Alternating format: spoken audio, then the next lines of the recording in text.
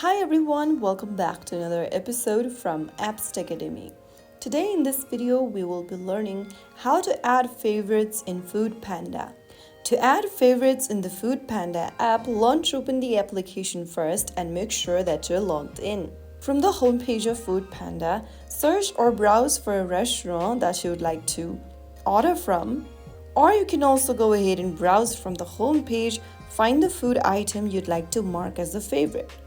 Now, after you find the restaurant menu, go ahead and choose the restaurant you'd like to mark and then tap on the heart icon located at the top right corner of the restaurant page. Soon after you do that, the heart will turn solid, confirming it's been added to your favorites. You can go ahead and view your favorite by tapping the favorite little heart icon from the main homepage, which is located at the top right in front of the shopping cart icon. And that's how you can easily mark or add to favorite in Foodpanda. If you found the video helpful, don't forget to like, share and subscribe the channel.